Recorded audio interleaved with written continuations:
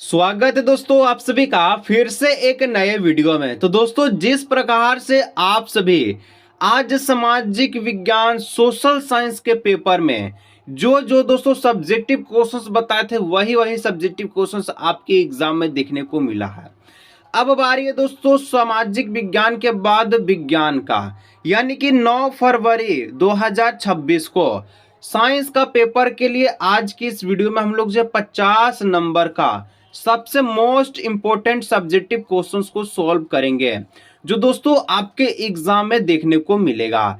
तो एक एक करके सारा सब्जेक्टिव क्वेश्चंस को देखिएगा। सामाजिक विज्ञान की तरह आप लोग भी विज्ञान यानी कि साइंस के पेपर में झंडा गाड़ के आइएगा। तो एक एक क्वेश्चन को दोस्तों मैं आपको समझाऊंगा। जिस प्रकार से आप सभी जो सोशल साइंस में समझे थे उसी प्रकार से आप लोग समझिएगा और इसी प्रकार का क्वेश्चन आएगा, आप लोग दिक्कत नहीं लीजिएगा।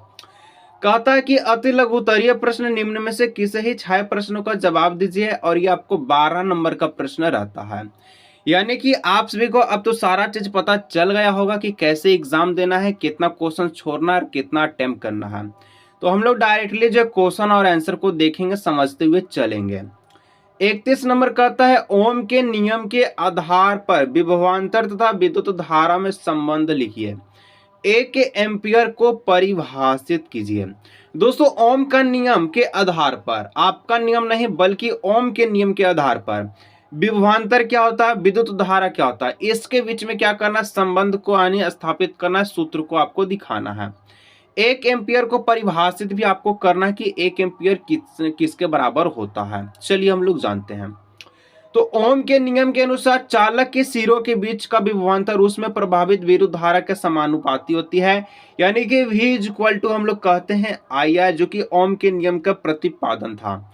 जब किसी चालक में 1 सेकेंड में 1 कूलम आवेश विद्युत धारा प्रभावित होती है तो उसे 1 एम्पियर विद्युत धारा कहते हैं।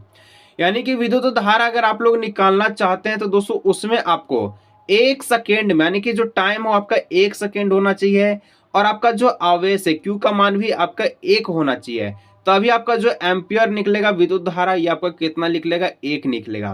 तो इस प्रकार से दोस्तों आपका आंसर को लिखना है और 2 में से 2 नंबर आपको मिल जाएगा। चलिए बढ़ते हैं 32 नंबर क्वेश्चन की ओर। 32 नंबर दोस्तों कहता है कि किसी चालक की लंबाई में परिवर्तन का उसके प्रतिरोध और प्रतिरोधकता पर क्या प्रभाव पड़ता है। यानी कि कोई भी चालक की लंबाई आ जाए, कोई भी वर्तमान की, कोई भी भविष्य की, कोई भी, यानी कि आपका जो भी प्राकृतिक में है, ठीक है, कोई भी चालक की लंबाई परिवर्तन का उसके विरोध, प्रतिरोध और प्रतिरोधकता का पर क्या प्रभाव पड़ती है।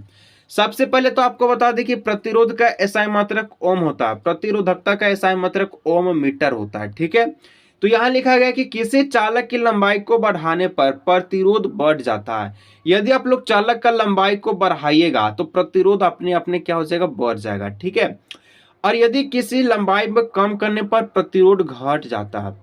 मतलब कि देखिए आप लोग जो 100 सेंटीमीटर का एक तार लिए, ठीक है, 100 सेंटीमीटर का एक आप लोग तार ले लिए हैं। अगर दोस्तों इसको आप लोग, ठीक है, कम बढ़ाना चाहते हैं, 100 से लेकर के मान चलिए 120 करना चाहते हैं, तो इसमें जो प्रतिरोध का जो मान होगा ये भी आपका इंक्रीज करेगा, ये भी बढ़ेगा।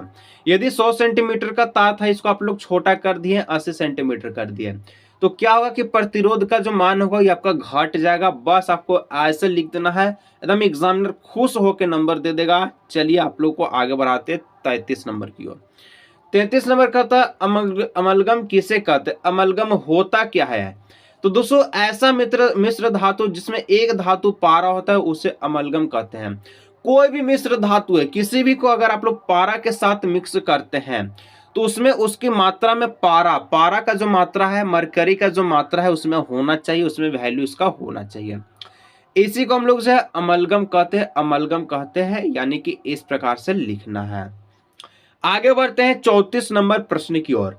34 नंबर आपके एग्जाम के लिए पूछता है कि जीवों में पाए जाने वाले विभिन्नताओं का लाभ क्या है।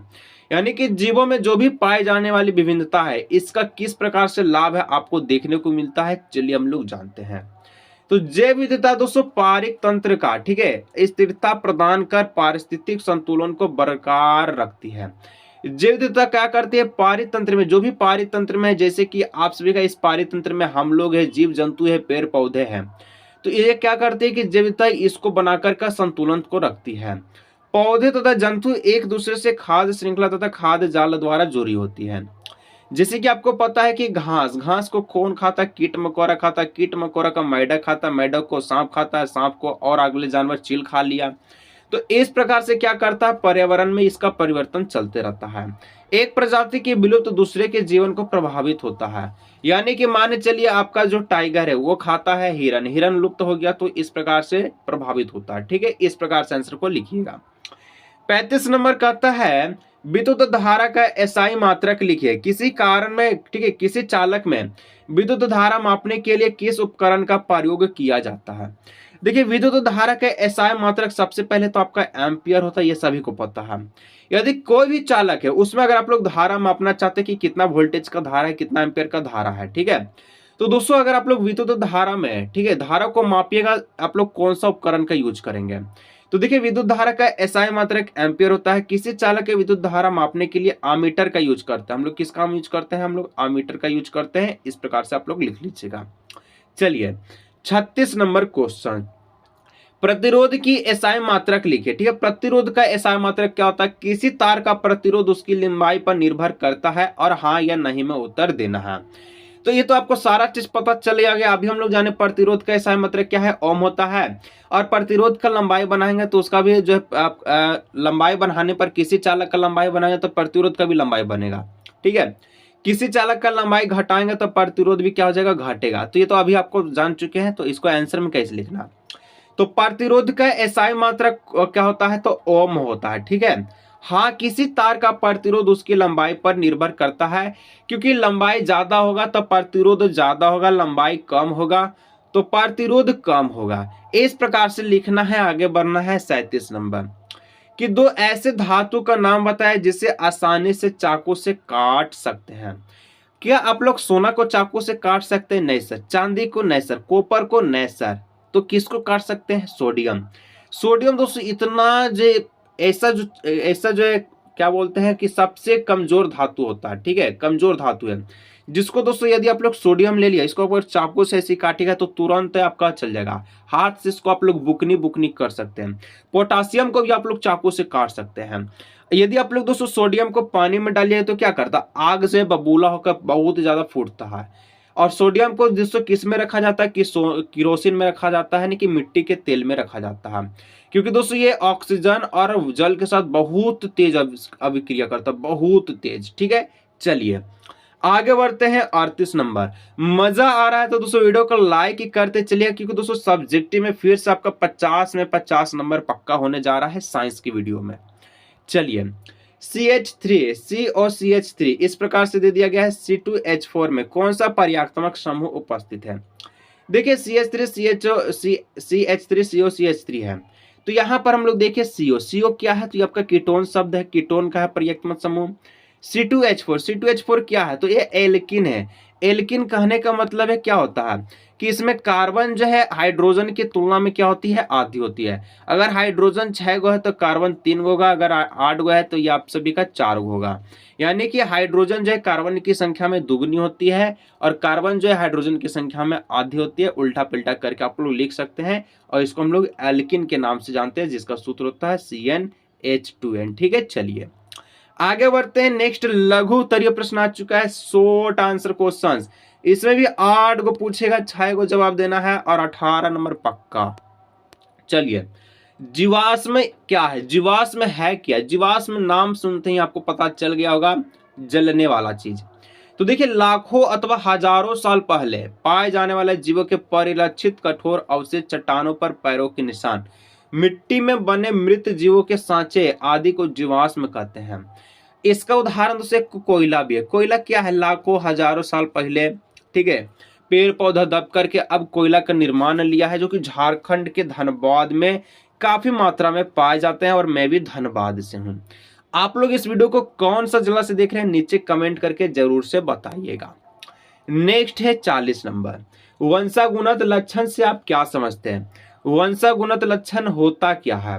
तो देखिए माता पिता से पीढ़ी दर पीढ़ी उनके संतान में स्थानांतरण होने वाले लक्षणों को वंशानुगत लक्षण कहते हैं। यानी कि माता पिता, जो दोनों में जो भी लक्षण है, जैसे कि किसी भी, मान चलिए आपका जो है एज है, ठीक है, एज हो चुका है 18 साल हो चुका है, ठीक है, तो आप अपने पिता के जैसे आप लोग दिखेंगे, पिता के जैसे आप लोग लंबा होंगे। किसी का आंख मम्मी से मिलेगा तो किसी का कान जो है पापा से मिलेगा, किसी का दांत जो है मम्मी से मिलेगा तो किसी का चेहरा पापा से मिलेगा। तो क्या, तो ये वंशानुगत लक्षण होता है, नहीं कि पीढ़ी दर पीढ़ी होते रहता है। कोई कोई ऐसा लक्षण है जो आपके दादाजी से दादी से मिलेगा, नाना से नानी जी से मिलेगा। यह डीएनए पर निर्भर करती है या एक पीढ़ी से दूसरी पीढ़ी में स्थानांतरित होती है, ठीक है। चलिए इस प्रकार से लिखना है, एग्जामिनर खुश होकर के 3 में 3 नंबर दे देगा। 41 नंबर, एक खाद्य श्रृंखला का उदाहरण दे। खाद्य श्रृंखला का उदाहरण देना है। अभी हम लोग देखें, जैसे पादप कीट हो गया, ये मेढक खाता, मेढक को सांप खाएगा, सांप को चील खाएगा। इसमें पादप क्या, प्राथमिक उत्पादक है, जबकि प्रथम उपभोक्ता है और चील अंतिम उपभोक्ता है, ठीक है। पादप कीट, पादप को मेढक, मेढक को सांप, सांप को चील, इस प्रकार से चलता है। चलिए आगे बढ़ते हैं। 42 नंबर, 42 नंबर का था संवृत्ति अंग किसे कहते हैं। संवृत्ति अंग किसे कहते हैं? तो ऐसे अंग जो संरचना में तो अलग अलग होते पर उनका कार्य एक ही होता है। मतलब ऐसा अंग जो कि संरचना में बिल्कुल अलग अलग है, कार्य उसका क्या है, एक ही है। जैसे कि देखिए, एरोप्लेन उड़ता है, पतंग भी आपका उड़ जाता है, ठीक है, किसी भी मदद से उड़ रहा है कि नहीं उड़ रहा है। क्या है, संरचना दोनों का अलग अलग है, लेकिन कार्य क्या है, दोनों उड़ता है। तो इसको हम लोग संवृत्ति अंग कहते हैं। समजातीय में क्या होता है कि जैसे कि दोनों का, जैसे कि घोड़े का अग्रदाप और कुत्ता का अग्रदाप, ये क्या, दोनों का पंजा बराबर है, तो इसको हम लोग समजातीय कहते हैं। जैसे कि पक्षी के पंख और कीट के पंख, ये दोनों क्या है, आप सभी का जो है संवृत्ति अंग का उदाहरण है। संरचना तो दोनों का अलग है, लेकिन उड़ना दोनों का काम है। चलिए 43 नंबर, जिस तरह से समझा रहे दोस्तों, आपको तो 100% समझ में आया तो लाइक का बटन ठोकते चलिएगा, चैनल का सब्सक्राइब का बटन ठोकते चलिएगा। आप अपने व्यवहार का एक उदाहरण दे जो यह बताते कि आप पर्यावरण के मित्र हैं। क्या आप पर्यावरण के मित्र हैं? क्या आप बाजार जाते हैं तो थैला लेकर के जाते हैं? क्या आप कुरकुरे खाते तो रोड पर बिक देते हैं? क्या आप कुल्ली करते हैं, थूक बिक देते हैं कहीं आते जाते? क्या ये करते हैं? तो करते तो ये पर्यावरण का क्या आप मित्र हैं ना? ऐसे करने वालों को मित्र नहीं करना चाहिए। मित्र कौन होता है? जैसे कि मैं बाजार जाते समय खुद का थैला ले जाता हूँ, प्लास्टिक का यूज नहीं करते हैं, क्योंकि प्लास्टिक कम से कम करता हूं। अच्छा करता है तो कम से कम करते हैं। प्लास्टिक है अजैव निम्नीकरणीय पदार्थ है, इसका विघटन होवे नहीं करता है, ठीक है। और यह जो है पर्यावरण को नुकसान पहुंचाता है, क्योंकि कई साल तक प्लास्टिक जो है अपघटन नहीं हो पाता है, बहुत साल लग जाता है उसको अपघटन होने में। 44 नंबर, चालक का प्रतिरोध को परिभाषित करें। चालक का प्रतिरोध क्या है, इसका डिफाइन करना है। चालक का प्रतिरोध कैसे निर्भर करता है, किन कारकों पर निर्भर करता है, चलिए जानते हैं।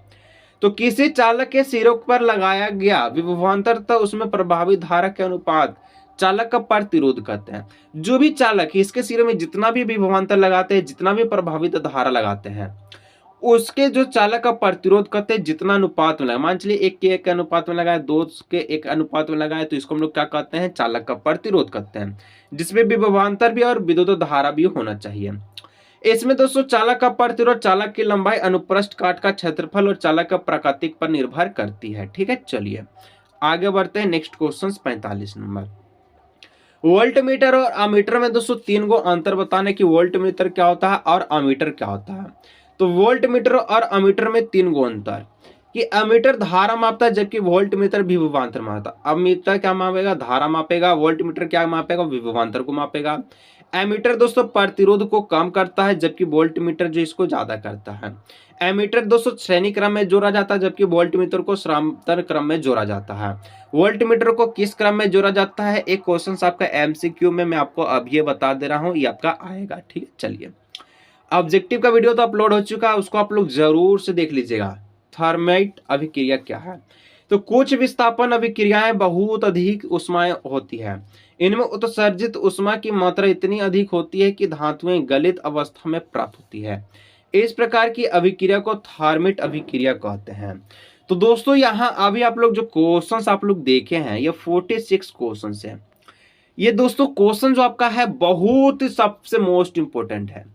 अभी भी आपका जो लॉन्ग वाला जो आप सभी का 6 गो क्वेश्चन बच चुका है, और जिसमें दोस्तों अभी भी आपको सब्जेक्टिव का ज्यादा जोर आपको देना चाहिए, क्योंकि सब्जेक्टिव 50 नंबर का आता है, यदि दोस्तों आपको सब्जेक्टिव में 50 में 50 नंबर चाहिए और ऑब्जेक्टिव में भी, तो दोस्तों देखिए क्लास 10th का जो आपको गैस पेपर बताए थे, जो आपका सोशल साइंस में, उसी से प्रश्न आया था एग्जाम में।